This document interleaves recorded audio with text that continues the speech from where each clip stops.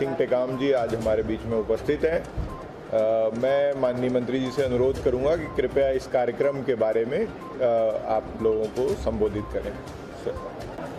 मुझे आपको ये बताते हुए बड़ा प्रसन्नता हो रही है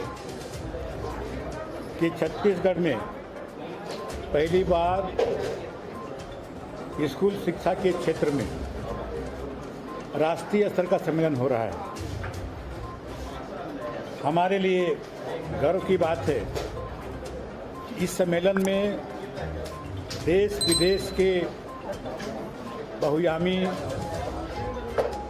प्रतिभाशाली बुद्धिजीवी शिक्षाविद भाग ले रहे हैं।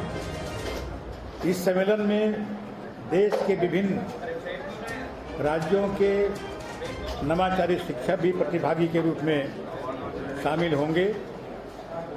इस राष्ट्रीय शिक्षा समागम का उद्देश्य आगामी 10 वर्षों में छत्तीसगढ़ में शिक्षा का क्या परिदृश्य होगा, क्या सुधार होना चाहिए, इस पर केंद्रित होगा। आपको इस बात की जानकारी है कि कोरोना काल में लगभग 1.5 साल स्कूलें बंद रही, शिक्षा बाधित हुई, किंतु हमारे शिक्षकों ने निर्बाध गति से सतत और सक्रिय रूप से नवाचारी गतिविधियों के माध्यम से शिक्षा की ज्योति जलाए रखा। हम चाहते हैं इस समागम के माध्यम से हमारी नवाचारी गतिविधियों से अन्य राज्यों को अवगत कराया जाए। इससे छत्तीसगढ़ को शिक्षा को अधिक प्रभावी बनाते हुए राष्ट्रीय और अंतर्राष्ट्रीय स्तर पर पहचान बन सके। ये हम लोग शिक्षा की जो समागम हो रहा है, जिसका उद्देश्य है आप लोग भी शिक्षा के क्षेत्र में बहुत कुछ सुझाव, बहुत कुछ जानकारी दिखते हैं। मेरा आप सबसे आग्रह होगा कि आप भी वहाँ पर इस इवेंट पे वहाँ पर आएँ और इसको आप लोग भी अपने ढंग से उसको देखें।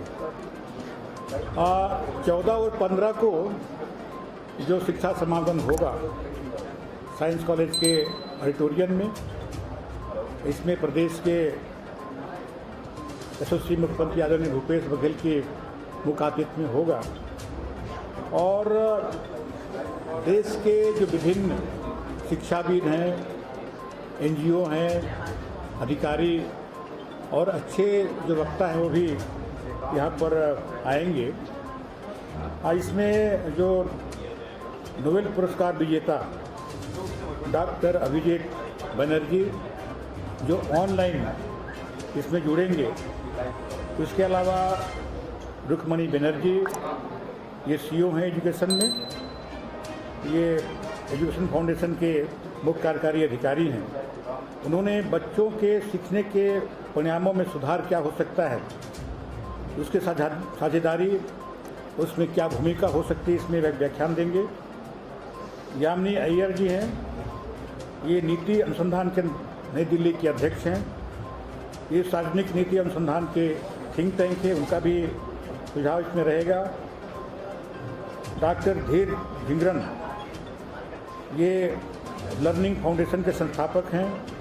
इनकी प्राथमिक स्कूलों में बच्चों की मूलभूत शिक्षा में क्या सुधार हो, ये इनका जो केंद्रित इनका जो संस्था है वो यहाँ पर आ रहे हैं।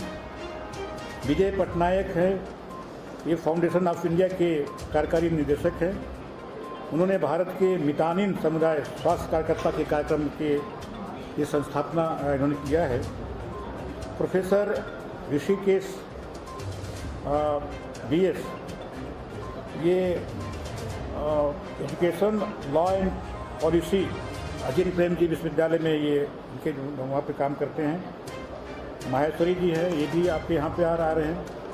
ये 2 दिन का जो हमारा जो कार्यक्रम होगा उसमें एक नारायण रामास्वामी भी आ रहे हैं। ये कौशल विकास में फोकस करते हैं, कौशल विकास, शिक्षा, सामाजिक क्षेत्र में ये परामर्श के रूप में महत्वपूर्ण काम करते हैं। जो शिक्षा समागम जो होगा 2 दिन का, तो पहले दिन में जो उद्घाटन के बाद भविष्य में स्कूल का क्या छत्तीसगढ़ में रहेगा, तो हम लोग आगामी 10 वर्षों में शिक्षा की व्यवस्था कैसी होनी चाहिए इस पर पूरा फोकस करेंगे। उसके बाद द्वितीय सत्र में व्यावसायिक शिक्षा और उद्यमिता के बारे में इसमें चर्चा होगी। ऑनलाइन सीखने और सिखाने में, क्योंकि हम लोग ने ऑनलाइन, जब कोरोना काल था तो ऑनलाइन पढ़ाई पूरे देश में संचालित किया गया और उसमें कितना हो पाया कितना नहीं हो पाया, लेकिन उसमें बेहतर और हम क्या कर सकते हैं बेहतर उसमें, क्योंकि अगर ऐसी आपदा आती है तो ऑनलाइन ही शिक्षा का माध्यम बन सकता है, लेकिन उसमें बेहतर हम क्या कर सकते हैं उस बारे में चर्चा होगी। नहीं, देखिए, हम लोग का पूरा प्रयास रहता है कि बेहतर कर सकें और बेहतर हमारा उद्देश्य है कि हम बेहतर उसको कर सकें, ये हमारा वो उद्देश्य होना चाहिए।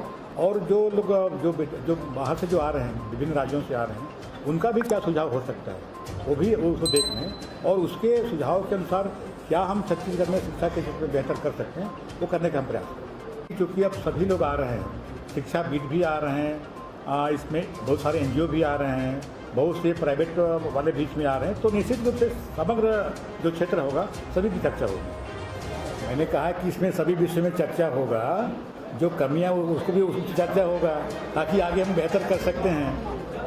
नहीं, निमंत्रण तो हमने सभी जगह भेजा है, लेकिन अब उनकी अलग अलग व्यवस्था हो सकती है। कहीं असेंबली चल रही है, कहीं कुछ है, क्योंकि बाल दिवस हर राज्य में मनाते हैं 14 नवंबर को। देखिए, न्यू एजुकेशन पॉलिसी जो है वो राष्ट्रीय स्तर पर पॉलिसी डॉक्यूमेंट बना हुआ है। उसमें ये एक मिला जुला डॉक्यूमेंट है।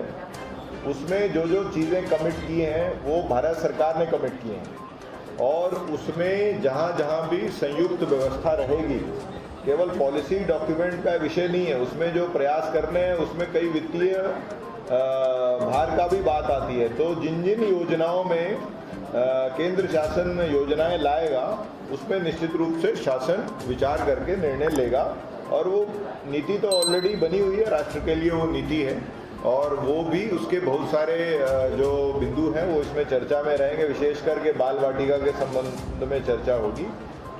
दूसरा जो विषय है कि जो डॉक्यूमेंट है ये इस कार्यक्रम के इनपुट्स पॉलिसी मेकिंग में और दूसरा क्रियान्वयन में दोनों स्तर पर लिए जाएंगे। जैसा माननीय मंत्री जी ने बताया कि उसी के लिए ये हम लोग विशेषज्ञ लोगों को, शिक्षाविदों को बुला रहे हैं ताकि वो सुझाव भी दें, नई जो कोई प्रयास कर रहे हैं वो भी बताएंगे। तो अन्य राज्य में किसी जो बेस्ट प्रैक्टिसेस हो रही है उसको भी अडॉप्शन के लिए निश्चित तौर पर उसके गुण दोष के आधार पर विचार किया जाएगा। इसमें विचारों के आदान प्रदान के लिए और अपनी परिस्थितियों को बताने और अच्छे मतलब एक वातावरण में ये चर्चा आयोजित होगी और राज्य स्तर पर उसको विचार के लिए प्रस्तुत किया जाएगा। फिर जो राज्य में जिन बिंदुओं पे निर्णय होके उस पर क्रियान्वयन की परिस्थिति बनेगी उसको क्रियान्वित किया जाएगा। लेकिन समागम में जितने भी सुझाव आ रहे हैं उनको रिकॉर्ड किया जा रहा है और उनको शासन के समक्ष प्रस्तुत करने के लिए व्यवस्था बना दी गई। उस पर निर्णय होने वाला है। Okay, thank you.